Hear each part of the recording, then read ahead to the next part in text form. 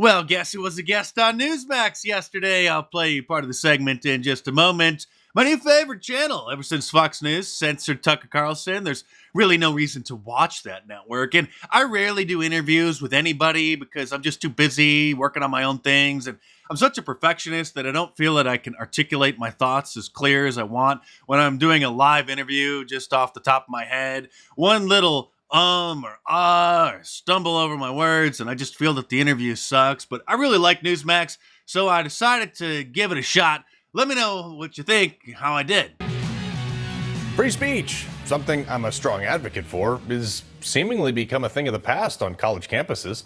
Now, a Princeton alumni group, all right, this is actually in favor of free speech, polled 250,000 students and found out these not so shocking results. Now, three-quarters of students say it was always, sometimes, or rarely acceptable to shout down a speaker, which means only 24% of students believe that it's never acceptable to shout down a campus speaker. Wow.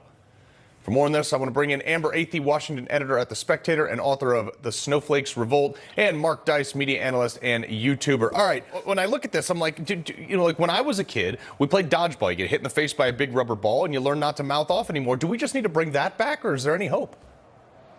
I think mockery is one of the best tools, and they need to be taught that real life isn't social media. If you don't like what somebody says, you can't just block them or mute their account on your Twitter feed. They're going to have to grow some thick skin, and they have to stop being coddled. And I would even suggest using linguistic judo and start using their terms against them. They've come up with all these cultural Marxist terms, white fragility and white privilege. It's so dumb. And so we should start calling what they're doing what it is. It's black fragility. And when they're spewing their anti-white racism, call them out on their anti-white-ism. So I think we should use their own kind of linguistic games against them, because even when people are talking about racism, it's such a loaded term now.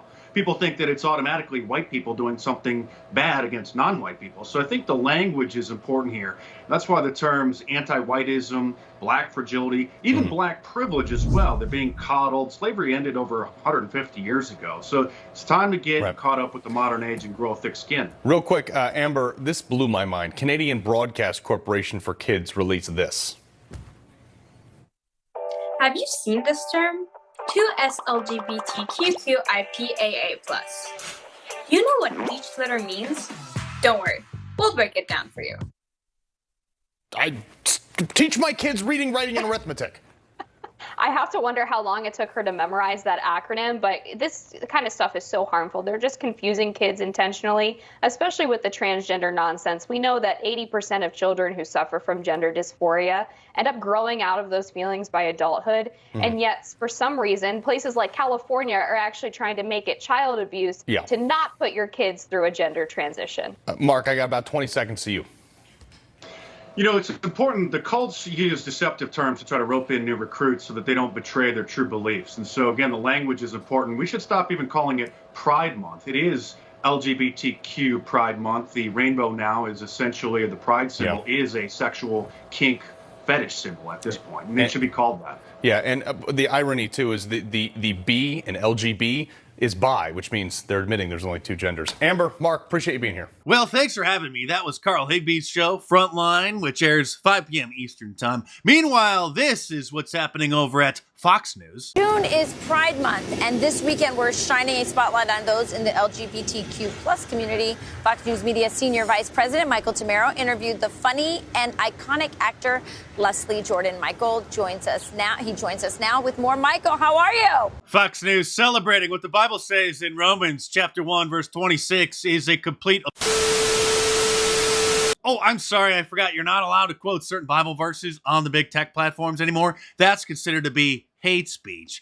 Fox News, the official channel of Bud Light. Something you won't see on Fox News, however, is anybody reporting on the Bilderberg Group meeting, the annual meeting of deep state officials.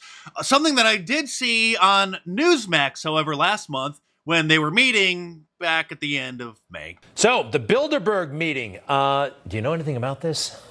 It's news to me. It's happening right now in Lisbon, Portugal. It's been going on since 1954.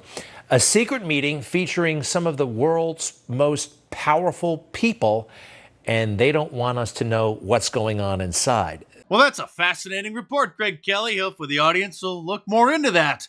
When I asked Sean Hannity what's going on with the Bilderberg Group, however, he blocked me on Twitter. If you're not familiar with them, I'll leave a link in the description below to one of my previous in-depth reports on the Bilderberg Group, so you can check it out after this video. Someone who I'm sure wasn't allowed to report on the Bilderberg Group when he was contained and restrained by Fox News is Tucker Carlson, but he's free now.